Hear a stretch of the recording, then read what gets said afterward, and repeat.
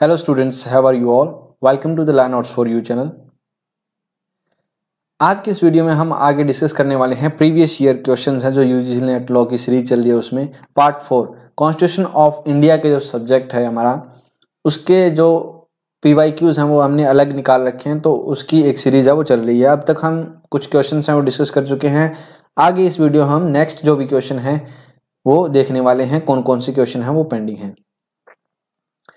तो अगर आप इस चैनल पर पहली बार आए हैं तो इसे सब्सक्राइब करें और बेल आइकन दबाना ना भूलें ताकि जब भी नई वीडियो अपलोड हो तो उसका नोटिफिकेशन आपको है वो तुरंत मिल जाए। सबसे पहले हमारे पास है क्वेश्चन नंबर 31। क्वेश्चन नंबर 31 क्या कहता है कि हमारे पास यहाँ पे दो स्टेटमेंट दी गई है, स्टेटमेंट A1 और स्टेटमेंट 2। ये स्टेटमेंट क्या कहते हैं कि it is the duty of the prime minister to communicate to the president all decision of the council of ministers relating to the administration of the affair of the union and proposals for legislation। ये हमारी statement 1 कहती है। तो इसके क्या ये statement right है, या ये स्टेटमेंट की अगर हम बात करें तो वो कौन से आर्टिकल में दी गई है? तो हमें ये जो है स्टेटमेंट है वो देखने को मिलती है आर्टिकल 78 के क्लॉज ए में। वहीं पर स्टेटमेंट सेकंड है वो क्या कहती है कि it is the duty of the prime minister to furnish such information relating to the administration of affair of union and the proposals of legislation as the president may call for। तो ये वाली जो statement है वो कौन से article में दी गई है और क्या ये जो स्टेटमेंट है वो करेक्ट है? तो yes, this statement is also correct and ये दी गई है क्लॉज बी में। तो इसका राइट ऑप्शन क्या होगा? ऑप्शन नंबर 1 है जो इसका राइट आंसर हो जाएगा। उसके बाद में नेक्स्ट क्वेश्चन आता है क्वेश्चन नंबर 32। यहाँ पे दो स्टेटमेंट दी गई है, अब इनमें से हमें जो करेक्ट स्टेटमेंट है वो बतानी है। स्टेटमेंट 1 है वो क्या कहती है, जो पावर ऑफ लेजिस्लेशन है वो carries with it the power to delegate, यानी कि किसी को प्रतिनिधि तौर पर नियुक्त करना वो है जो पावर ऑफ लेजिस्लेशन है वो उसके साथ साथ में डेलीगेशन की पावर भी होती है। And unless the legislature has completely abdicate or efface itself, there is no restriction on the legislation on delegation of legislative power। यानी कि क्या कहा गया है कि जो पावर ऑफ लेजिस्लेशन है उसके साथ साथ में डेलीगेशन की पावर भी होती है। कब तक? जब तक कि जो लेजिस्लेचर है वो खुद को खत्म ना कर ले या खुद को त्याग ना कर ले या खुद को मिटा ना ले, तब तक उसके पास में डेलीगेशन की पावर है। यहाँ पे ऐसी किसी भी तरह की कोई रजिस्ट्रेशन नहीं है डेलीगेशन के ऊपर, ठीक है? ये स्टेटमेंट 1 कहता है। और स्टेटमेंट 2 क्या कहता है कि पार्लियामेंट है वो कैन एब्डिकेट और efface itself by creating a parallel legislative body. यानी कि ये क्या कहता है कि पार्लियामेंट है जो अपने साथ साथ में एक पैरेलल समानांतर एक लेजिस्लेटिव बॉडी बना करके खुद को खत्म कर सकती है, त्याग सकती है, मिटा सकती है। तो क्या ये स्टेटमेंट सही है? तो यहाँ पे जो स्टेटमेंट 1 दी गई है वो है करेक्ट और स्टेटमेंट 2 है वो क्या है? गलत है, यहाँ पे रॉन्ग है। तो यहाँ पे इसके बेस पे हम कहें तो जो स्टेटमेंट है ऑप्शन है वो कौन सा सही होगा? ऑप्शन नंबर 3 है वो इसका राइट आंसर होगा। नेक्स्ट क्वेश्चन आता है क्वेश्चन नंबर 33। क्वेश्चन नंबर 33 क्या कहता है कि इनमें से कौन सा जो केस है वो लीगल एड के रिगार्डिंग है, यानी कि कौन से केस में है लीगल एड को एज ए फंडामेंटल राइट है वो यहाँ पे डिसाइड किया गया था। तो क्या वो सुनील बत्रा केस में था, MH होस्कट के केस में था, या प्रेम शंकर शुक्लाई केस में था, या केशवानंद भारती के केस में था? तो सबसे पहले हम इन सभी केसेस के ईयर जान लेते हैं, कब कब ये डिसाइड हुए हैं और किन किन से ये रिलेटेड हैं। सबसे पहला केस है सुनील बत्रा का, ये है 1978 का केस है और ये केस बात करता है ट्रीटमेंट इन द जेल के बारे में। और ये जो लीगल एड वाला है वो कौन से आर्टिकल से रिलेटेड है? ये है आर्टिकल 21 से रिलेटेड। और सेकेंड है जो MH होस्कट वाला वो है 1978 का भी है, ये भी सेम। और ये जो केस है वो रिलेटेड है हमारी लीगल एड से, आर्टिकल 21 से। नेक्स्ट प्रेम शंकर शुक्ला का केस है वो कब का है? 1980 का केस है और ये किससे है? ये क्या है? हैंडकफिंग से रिलेटेड है। नेक्स्ट आता है केशवानंद भारती का केस जो कि 1973 का केस है और ये केस है जो रिलेटेड है बेसिक स्ट्रक्चर से। तो इसका राइट आंसर क्या होगा? ऑप्शन नंबर 2 इसका राइट आंसर होगा। नेक्स्ट क्वेश्चन की तरफ चलते हैं, क्वेश्चन नंबर 34। क्वेश्चन नंबर 34 में ये जो पॉइंट दिए गए हैं ABCDE, इनमें ए क्या कहता है कि freedom of trade, commerce and intercourse is covered in article 301। क्या ये राइट है? Yes, this is the right. The second B क्या कहता है? Restriction on legislative power of the union and state with regard to the trade and commerce are covered in the article 302। क्या ये right है?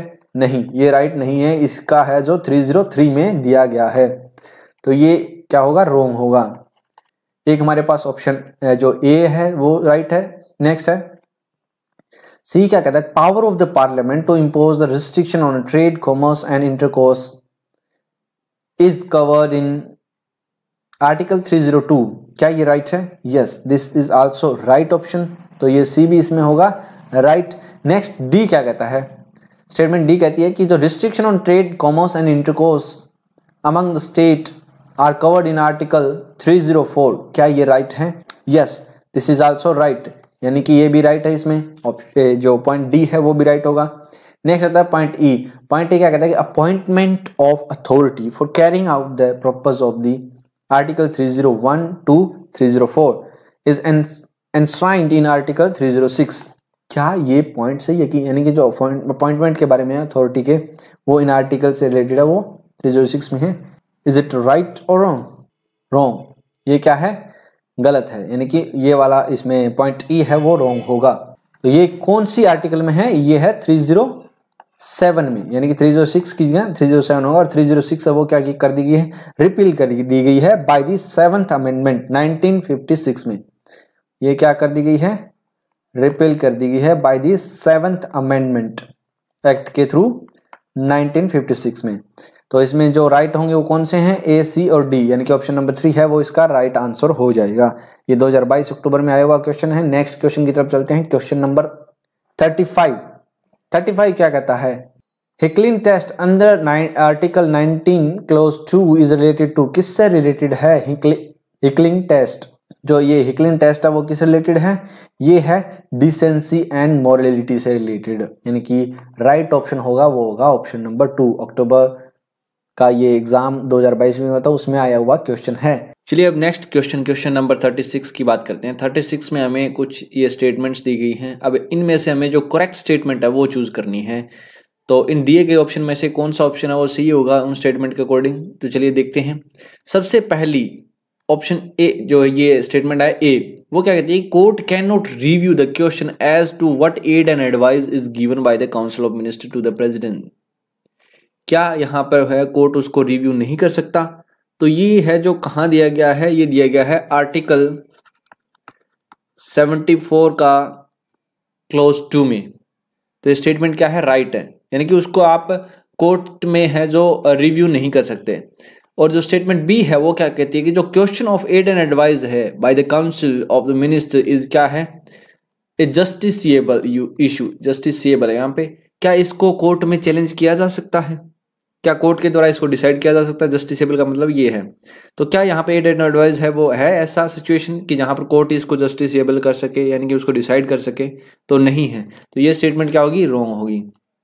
Next statement C क्या कहती है कि जो आर्टिकल 14 है वो क्या है, कैन नॉट बी इन्वोक्ड, यानी कि इसको लागू नहीं किया जा सकता अगेंस्ट द डिस्क्रिमिनेशन, यानी कि ये आर्टिकल 14 क्या है, राइट टू इक्वलिटी। तो इसको कहाँ लागू नहीं किया जा सकता, discrimination made by the constitutional provision, यानी कि जहां पर कॉन्स्टिट्यूशनल प्रोविजन के द्वारा डिस्क्रिमिनेशन किया जा रहा है तो वहां पर इसको लागू नहीं किया जा सकता। तो क्या ये स्टेटमेंट सही है? यस, ये स्टेटमेंट भी सही है। ऑप्शन जो स्टेटमेंट ए, सी सही है। और स्टेटमेंट डी है वो क्या कहती है कि जो question of aid and advice है by the council of ministers is non justiciable issue. तो क्या यहाँ पर नॉन जस्टिसेबल मतलब कि जो कोर्ट के द्वारा डिसाइड ना किया जा सके, तो क्या ये एड एंड एडवाइस वाला है? यस, क्योंकि ऊपर स्टेटमेंट ए में हम देख चुके हैं, तो ये भी ऑप्शन है वो सही होगा, यानी कि डी भी सही है। ए, सी और डी कहाँ आ रहे हैं, ए, सी, डी ऑप्शन नंबर 2 में आ रहे हैं। और जो फोर्थ ई सब जो स्टेटमेंट है वो क्या कहती है, आर्टिकल 14 है वो can be worked against the discrimination made by the constitutional provision, यानी कि कॉन्स्टिट्यूशनल प्रोविजन के द्वारा जो डिस्क्रिमिनेशन की जा रही है उनके अगेंस्ट उसको लागू किया जा सकता है, इंपोज करवाया जा सकता है या वर्क किया जा सकता है। तो ये स्टेटमेंट है वो क्या होगी, रॉन्ग होगी। तो यहाँ पे ए, सी, डी है वो राइट ऑप्शन होंगे। तो ऑप्शन नंबर जो 2 है वो इसका राइट आंसर होगा। 22 अक्टूबर के एग्जाम में ये जो क्वेश्चन है वो आया हुआ है। नेक्स्ट क्वेश्चन है क्वेश्चन नंबर 37 क्या कहता है कि जो आर्टिकल 13 है कॉन्स्टिट्यूशन ऑफ इंडिया की वो डज नॉट अप्लाई टू, यानी कि वो कहाँ है, वो अप्लाई नहीं होती। तो हमारे पास ऑप्शन है, ऑप्शन नंबर 1 क्या कहता है कि any legislation made by the parliament under article 245 of the constitution, ये किसके बारे में बात करती है, ये बात करती है extent of law made by the parliament and by the legislative of the state, उनके एक्सटेंड के बारे में। तो क्या यहाँ पे ये लागू नहीं करती आर्टिकल 13? तो ऐसा नहीं है, ये यहाँ पे लागू करती है। नेक्स्ट क्वेश्चन, नेक्स्ट ऑप्शन है वो क्या है, any legislation made by the parliament under article 253 of the constitution given effect to the international agreement. International जो एग्रीमेंट्स है उनको इफेक्ट देने के लिए अगर कॉन्स्टिट्यूशन के द्वारा यहाँ पर कुछ भी प्रोविजंस हैं वो बनाए जाते हैं, तो क्या उन पे जो आर्टिकल 13 है वो लागू होगा? यस, अप्लाई होगा। नेक्स्ट होता है any amendment of the constitution made under article 368 के अंदर जो भी अमेंडमेंट किए जाते हैं, क्या वहां पर ये या जो कॉन्स्टिट्यूशन की जो आर्टिकल 13 है वो क्या अप्लाई होगी? नहीं होगी। तो ये क्या होगा, इसका राइट आंसर होगा। और नेक्स्ट क्या है, कस्टम एंड यूजेस, इस पे भी जो है वो अप्लाई होती है। तो इसका राइट ऑप्शन है, यानी कि कहाँ अप्लाई नहीं होती वो कौन सा होगा, ऑप्शन नंबर जो 3 है वो इसका राइट आंसर होगा। 2022 अक्टूबर के एग्जाम में ये जो क्वेश्चन है वो पूछा गया है। नेक्स्ट क्वेश्चन नंबर 38 क्या कहता है, under the special provision of Rajya Sabha which of the following resolution can originate only in the Rajya Sabha, यानी कि और ओनली राज्यसभा में इनमें से कौन सा जो है रिजोल्यूशन है वो पास किया जा सकता है। तो हमें इसमें से एक राइट ऑप्शन है वो चूज करना है। फर्स्ट क्या है, resolution seeking the removal of the vice president, यानी कि आर्टिकल 67। कहां पर ये सबसे पहले होगा, ओरिजिनेट ये होगा राज्यसभा में। नेक्स्ट आता है any resolution seeking the creation of one और मोर ऑल इंडिया सर्विसेज, जो ऑल इंडिया सर्विसेज है उनको क्रिएशन के बारे में है, तो इसका रेजोल्यूशन कहाँ होगा, ये होगा आर्टिकल 312 के अकॉर्डिंग राज्यसभा में ही जो ओरिजिनेट होगा। उसके बाद में ऑप्शन नंबर सी है वो क्या कहता है कि जो any resolution seeking the legislation on the state subject के ऊपर जो लेजिस्लेशन की मांग करने के रिगार्डिंग कोई रेजोल्यूशन है, तो वो कहाँ होगा, ये 249 के अकॉर्डिंग जो है राज्यसभा में ही पेश होगा, ओरिजिनेट होगा। और उसके अलावा इंट्रोडक्शन ऑफ मनी बिल, अगर हम मनी बिल की बात करें तो ये पावर है वो स्पेशली किसके पास में है, लोकसभा के पास में है। ठीक है, किसके अकॉर्डिंग, आर्टिकल 110 यानी कि 110 जो आर्टिकल है उसके अकॉर्डिंग ये मनी बिल है वो लोकसभा में ही पास होगा। तो यहाँ पर ऑप्शन नंबर जो ए, बी और सी है वो कौन से ऑप्शन में है, यहाँ पे ए बी सी है, 4th नंबर में है, तो इसका 4th नंबर है वो क्या होगा, जो राइट आंसर होगा, यानी कि option number 4 is the right answer. ये 2021 नवंबर के एग्जाम में पूछा गया क्वेश्चन है। नेक्स्ट क्वेश्चन नंबर 39 क्या कहता है कि vice president of India on expiring of his term क्या करता है, अपने ऑफिस को खाली कर देता है, gate A mandatory extension of 2 month, या फिर कंटिन्यू करता है अपने ऑफिस को जब तक कि कोई सक्सेसर है उस ऑफिस पे ना आ जाए, या फिर इलेक्ट करता है अपने सक्सेसर को बिफोर रिलिंक्विश हिज ऑफिस, या फिर अपने जो ऑफिस है उसको छोड़ने से पहले अपने सक्सेसर को है उसको इलेक्ट करेगा। तो इसमें से है जो एक्सपायर टर्म होने पर क्या करेगी वाइस प्रेसिडेंट, एज पर दी आर्टिकल, कौन सी आर्टिकल है इसकी, आर्टिकल 63, वो है अपने जो है ऑफिस है उसको कंटिन्यू करेंगे जब तक कि उनका सक्सेसर उस ऑफिस पे ना आ जाए। ठीक है, तो ऑप्शन नंबर 3 है वो इसका राइट आंसर होगा। चलिए नेक्स्ट क्वेश्चन नंबर 40 की तरफ चलते हैं। 40 क्या कहता है कि स्टेट इमरजेंसी और जो प्रेसिडेंट रूल है अंडर आर्टिकल 356 के अंदर वो can be imposed in a state by the president for the maximum period of, कितने पीरियड के लिए इसको है जो लागू किया जा सकता है, यानी कि स्टेट इमरजेंसी या president rule as per the article 356। क्या ये 3 साल के लिए हो सकता है, क्या ये 2 साल एंड एक्सटेंडेबल बाय 1 ईयर इतना हो सकता है, या फिर 6 मंथ या 1 ईयर। तो इनमें से राइट ऑप्शन है वो कौन सा होगा, ऑप्शन नंबर 1 जो है इसका राइट आंसर होगा, यानी कि 3 साल के तक है जो इसको मैक्सिमम पीरियड है वो एक्सटेंड किया जा सकता है। आर्टिकल ये जो है ये क्वेश्चन है जो एग्जाम 2021 नवंबर में पूछा गया था। तो ये जो है नेक्स्ट वीडियो के नेक्स्ट 10 क्वेश्चन 40 तक, आई होप कि आपको ये जो क्वेश्चन है वो समझ में आ गए होंगे। इसके अलावा भी एक्स्ट्रा आपको मैटर समझने को मिला है, अगर कोई डाउट हो तो आप कमेंट सेक्शन में पूछ सकते हो।